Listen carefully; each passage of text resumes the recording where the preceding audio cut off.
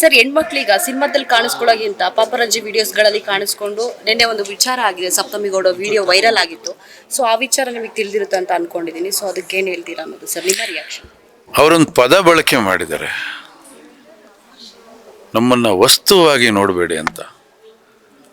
ಮಾನವ ಮರ್ಯಾದೆ ಇರೋರಿಗೆ ಇದು ಅರ್ಥ ಆಗಬೇಕು. ಹೆಣ್ಣು ಮಕ್ಕಳು ವಸ್ತು ಆಗಬಾರ್ದು. ವಸ್ತು ಅಂದರೆ ಬಳಸ್ಕೊಳ್ಳೋದು. ತುಂಬ ಅರ್ಥ ಇದೆ ಅದು. ವ್ಯಕ್ತಿ ಬೇರೆ, ವಸ್ತು ಬೇರೆ. ವ್ಯಕ್ತಿಗಳನ್ನು ಗೌರವವಾಗಿ ನೋಡಿ, ಹೆಣ್ಣು ಮಕ್ಕಳನ್ನು ಗೌರವವಾಗಿ ನೋಡಿ. ಯಾಕೆಂದರೆ ಯಾರೇ ಆಗಲಿ, ನಾವು ಒಂದು ನಾಗರಿಕತೆಯ ಚೌಕಟ್ಟಿನಿಂದ ಹೊರಗಡೆ ಅದರ ಒಳಗೇನೆ ಇರಬೇಕು. ಆಗ ನಾವು ಚೆನ್ನಾಗಿರ್ತೀವಿ. ನಾವು ಆರೋಗ್ಯಕರವಾದ ವಾತಾವರಣ ನಿರ್ಮಾಣ ಮಾಡಬೇಕು. ನಾವು ನೆನ್ಪಿಟ್ಕೊಳ್ಳಿ, ನಿಮ್ಮ ಸುತ್ತಲೂ ಹೆಣ್ಣು ಸಮುದಾಯ ಇದ್ದೇ ಇದೆ. ಒಂದು ತಾಯಿ ಗರ್ಭದಿಂದ ನೀವು ಬಂದಿರ್ತೀರಿ, ಇನ್ನೊಂದು ಹೆಣ್ಣನ್ನು ಮದುವೆ ಮಾಡ್ಕೋತೀರಿ. ನಿಮಗೆ ಒಂದು ಹೆಣ್ಣು ಅಕ್ಕನೋ ತಂಗಿನೋ ಆಗಿರ್ತಾಳೆ. ನಾಳೆ ನಿಮಗೊಂದು ಹೆಣ್ಣುಮಗು ಮಗಳಾಗಿ ಹುಡ್ತಾಳೆ. ನೆನ್ಪಿಟ್ಕೊಳ್ಳಿ, ಒಂದು ಹೆಣ್ಮಗು ನೋವಾದರೆ ನಿಮಗೂ ಅದು ತಟ್ಟುತ್ತೆ, ನಿಮ್ಮ ಕುಟುಂಬದಲ್ಲೂ ಇರುತ್ತೆ. ಅರ್ಥ ಮಾಡಿಕೊಂಡು ಜವಾಬ್ದಾರಿಯಿಂದ ವರ್ತನೆ ಮಾಡ್ಕೊಳ್ಳಿ. ಕಲಾವಿದರನ್ನ ಗೌರವದಿಂದ ಕಾಣುವಂಥ ಒಂದು ಪದ್ಧತಿ ಆರಂಭ ಆಗಲಿ. ಇತ್ತು ಅಣ್ಣವರು, ವಿಷ್ಣು ಸರ್, ಅಂಬರೀಷ್ ಸರು, ದೊಡ್ಡ ದೊಡ್ಡ ನಾಯಕ ನಟಿಯರು ಎಲ್ಲರೂ ಇದ್ದಾಗ ಅವ್ರನ್ನೆಲ್ಲ ಭಾಳ ಗೌರವದಿಂದ ಕಂಡಿದೆ ಈ ಸಮಾಜ. ಅವರೆಲ್ಲ ಚೆನ್ನಾಗಿ ಬದುಕಿ ಬಾಳಿದ್ದಾರೆ. ಇವತ್ತಿನ ಪೀಳಿಗೆಯಲ್ಲಿ ಇವತ್ತು ಬರ್ತಕ್ಕಂಥ ಕೆಲವು ಸಾಮಾಜಿಕ ಜಾಲತಾಣಗಳು, ಕೆಲವು, ನಾನು ಎಲ್ಲನೂ ಹೇಳಲ್ಲ, ಭಾಳಷ್ಟು ಜನ ಭಾಳ ಗೌರವದಿಂದ ನಡ್ಕೋತಾ ಇದ್ದಾರೆ. ಆದರೆ ಕೆಲವರು ಮಾತ್ರ ಇವ್ರ ಹೆಸರನ್ನು ಕೆಡಿಸೋ ರೀತಿಯಲ್ಲಿ ಅವ್ರು ನಡ್ಕೋತಾ ಇದ್ದಾರೆ. ಅವ್ರು ಸ್ವಲ್ಪ ಜವಾಬ್ದಾರಿಯಿಂದ ನಡ್ಕೋಬೇಕು ಅನ್ನೋದು ನನ್ನ ಸಂದೇಶ. ಬದಲಾಗಿ ದಯವಿಟ್ಟು. ಧನ್ಯವಾದ. ಈಗ ನಟಿಯರು ಬಟ್ಟೆ ಹಾಕೋದ್ರ ಮೇಲೆ ಕೂಡ ಒಂದಷ್ಟು ನೆಗೆಟಿವ್ ಕಮೆಂಟ್ಗಳನ್ನು ಮಾಡ್ತಿರ್ತಾರೆ ಸರ್, ಅವ್ರಿಗೆ ಏನು ಹೇಳ್ತೀರಿ ಅಂತ? ಅವ್ರಿಷ್ಟ ರೀ, ಅದು ಅವ್ರಿಷ್ಟ. ಬಿಡುಬಿಡಿ ಅದನ್ನು. ಅವ್ರ ವೈಯಕ್ತಿಕ ವಿಚಾರಗಳನ್ನು ಯಾತಕ್ಕೆ ತೊಗೊಂಡ್ಬರ್ತೀರಿ? ಅವ್ರವ್ರ ಇಷ್ಟ ಅದು. ಅವ್ರಿಗಿಷ್ಟ. ಬಟ್ಟೆ ಶೋರೂಮ್ಗಳಲ್ಲಿ ಗೊಂಬೆಗಳಿಗೆ ಹಾಕ್ಬಿಟ್ಟು ಆಚೆ ಇಟ್ಟಿರ್ತಾರೆ. ನೋಡೋದಿಲ್ವ ನಿಂತ್ಕೊಂಡು ಸಿಗ್ನಲಲ್ಲಿ? ಅದನ್ನು ಕಮೆಂಟ್ ಮಾಡ್ತೀರಾ? ಬಿಟ್ಬಿಡಿ. ಅವ್ರವ್ರ ವೈಯಕ್ತಿಕ ವಿಚಾರ ಅದು. ಬಿಟ್ಬಿಡಿ ಅದನ್ನು. ಅವ್ರಿಗೆ ಯಾವುದು ಖುಷಿ ಆ ರೀತಿ ಬದುಕಲಿ.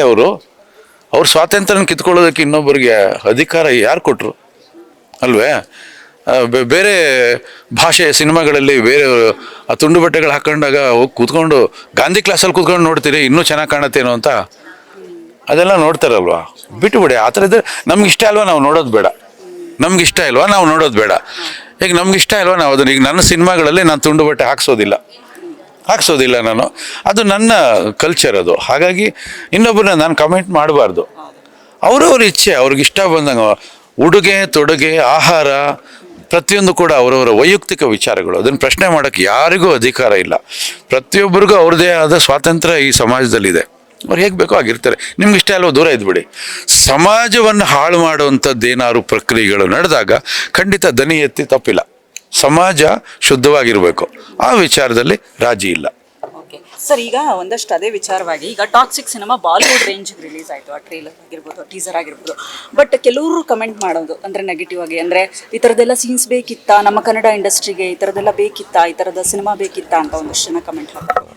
ಇದ್ರ ಬಗ್ಗೆ ಏನು ಹೇಳ್ತೀವಿ ಸರ್? ಸಿನಿಮಾ ಯಾರು ನೋಡಿದ್ರು? Cinema teaser. ಸಿನಿಮಾ ಯಾರು ನೋಡಿದ್ರು? ಸಿನಿಮಾ ಯಾರು ನೋಡಿದ್ರು? ಸಿನಿಮಾ ನೋಡಬೇಕು. ಟೀಸರ್ ನೋಡಿಬಿಟ್ಟು ಸಿನಿಮಾ ಹೀಗಿದೆ ಅಂತ ಯಾರು ನಿರ್ಧಾರ ಮಾಡಬಾರ್ದು.